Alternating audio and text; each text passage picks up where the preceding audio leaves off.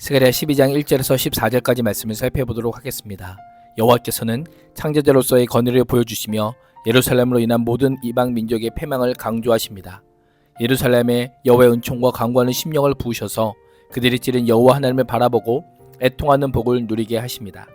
1절에서 9절은 민족들을 심판하시고 유다와 예루살렘을 구원하실 여호와입니다. 1절은 이스라엘을 향한 경고의 말씀으로 시작합니다. 경고라는 표현을 사용하긴 하였지만 내용은 경고라기보다는 예루살렘의 구원과 보호와 회복을 위한 메시지입니다. 1절은 세계의 분사를 통해 여호와는 하늘을 펴시는 분, 땅의 기초를 놓으시는 분, 사람 안에 심령을 지으시는 분, 즉 우주 만물의 창조주로 묘사합니다. 이를 통해 창조주신 하나님께서 범사와 만유를 주관하고 계시기에 여호와의 말씀 또한 반드시 성취될 것임을 강조합니다. 천지를 창조하신 하나님께서 사람 안에 영혼을 불어넣으신 것처럼 하나님의 전능하신 능력으로 새롭고 놀라운 일, 사람으로서는 도무지 기대할 수 없는 일을 하실 분임을 알려주고 있습니다. 2절 이유는 예루살렘을 둘러싼 전투 장면을 묘사합니다. 훗날 사면의 모든 나라들이 예루살렘을 함락시키기 위해 공격하지만 오히려 마치 술에 취한 것처럼 비틀거리고 쓰러지게 할 것이라고 선포합니다.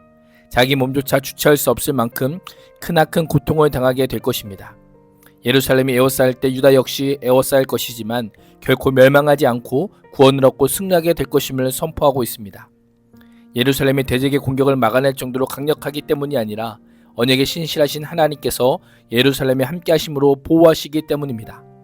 그래서 3절은 그날에, 즉 여호와께서 자기 백성을 구하시는 그날에 여호와께서 예루살렘 무거운 바위가 되게 하셔서 모든 민족이 힘을 다하여 밀어도 꿈쩍도 하지 않을 것이고 그 바위를 들어 올리려고 하는 자는 처절하게 베어져 산산조각이 나게 될 것을 경고하고 있습니다.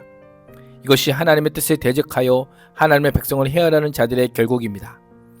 악한 세상 나라의 연합은 자기 백성을 눈동자처럼 보호하시고 싸우시는 전능하신 전사이신 하나님 앞에 절장으로 질그릇을 깨뜨리는 것처럼 부서뜨려짐으로 끝나고 말 것입니다. 4절은 여호와께서 예루살렘을 공격하라는 모든 말을 쳐서 놀라게 하며 말 탄자를 쳐서 미치게 할 것이다 라고 합니다. 여기서도 예루살렘에서 유다로 관심이 옮겨지며 여호와께서 유다 백성을 지켜 보호하십니다. 내가 돌보다 라고 하는 것은 문자적으로 내가 나의 눈을 열 것이다 라고 하는 의미입니다. 하나님께서 두 눈을 크게 뜨고 유다 민족을 보살피실 것을 약속합니다. 모든 이방 민족이 부리는 말들을 쳐서 눈이 멀게 하겠다라고 선포합니다. 눈이 멀게 하리니 라고 하는 표현은 언약적 저주를 예언하는 본문에서 종종 사용되었습니다. 이를 통해 하나님의 저주가 하나님의 백성을 대적하는 자들에게 떨어지게 될 것임을 강조합니다.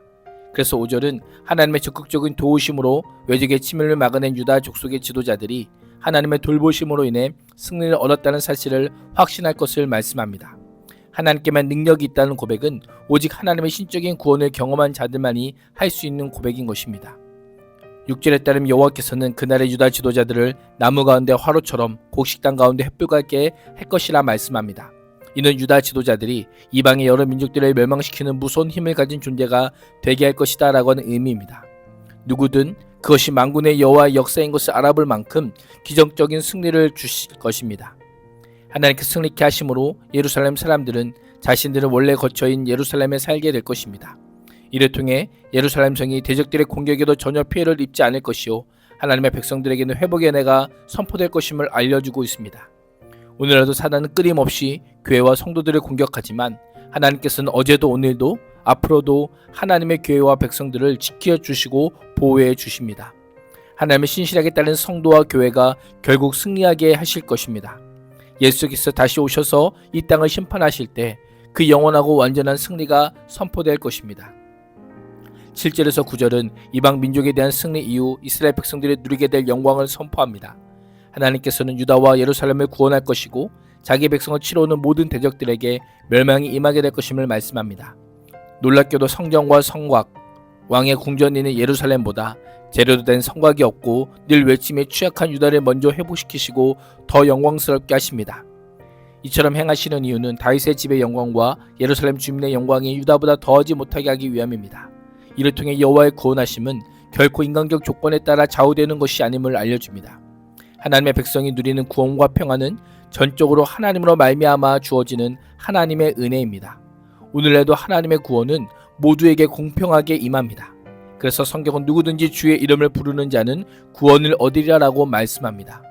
하나님께서 예루살렘을 구원하시고 보호하시는 그날에는 그 가운데 거하는 자들 중에 아무리 약한 자라 할지라도 다윗처럼 강하고 용맹하여 전쟁에 능한 자처럼 될 것이다라고 합니다. 여호와께서 그날이 예루살렘을 대항하여 오는 모든 이방 족속을 적극적으로 멸하시겠다라고 약속합니다. 이 모든 것이 하나님께서 능히 이루실 구원 계획입니다. 10절에서 14절은 찔리신 여호와를 위한 다윗의 집과 예루살렘의 애통입니다. 예루살렘의 회복은 단지 강력해지는 나라로서의 회복이 아닙니다. 하나님 앞에서 한없이 가난한 심령이 되게 하시는 회복입니다. 그래서 10절은 여호와께서 다윗의 집과 예루살렘 주민에게 은총과 강구하는 심령을 부어주시겠다라고 약속합니다. 하나님 영을 부어주실 때 우리는 죄를 깨닫고 애통하게 될 뿐 아니라 회개할 수 있게 되는 것입니다. 11절은 그날이 오면 예루살렘에 큰 애통이 있을 것이다 라고 합니다. 이 애통은 하나님께서 행하신 일을 생각하여 회개하는 애통입니다. 예루살렘에서 시작된 애통은 온 땅 각 족속은 물론 각 가족의 애통까지 이어지게 됩니다.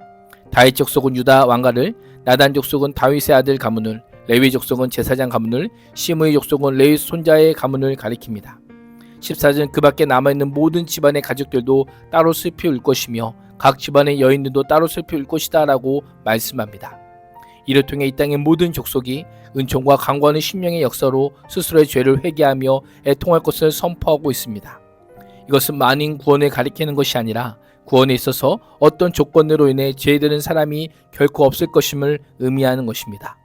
오늘도 하나님의 구원은 믿는 모든 자에게 공평하게 이루어짐을 기억하며 형식적이고 거짓된 돌아옴이 아닌 애통하는 참된 회개의 삶을 살 수 있기를 주님의 이름으로 축복합니다. 기도하겠습니다. 하나님, 대한민국과 나와 우리 가정, 우리 교회와 공동체에도 은총과 강구하는 심령을 부으사 죄에서 돌이켜 참된 회개의 삶을 살게 하여 주옵소서. 예수님의 이름으로 기도합니다. 아멘.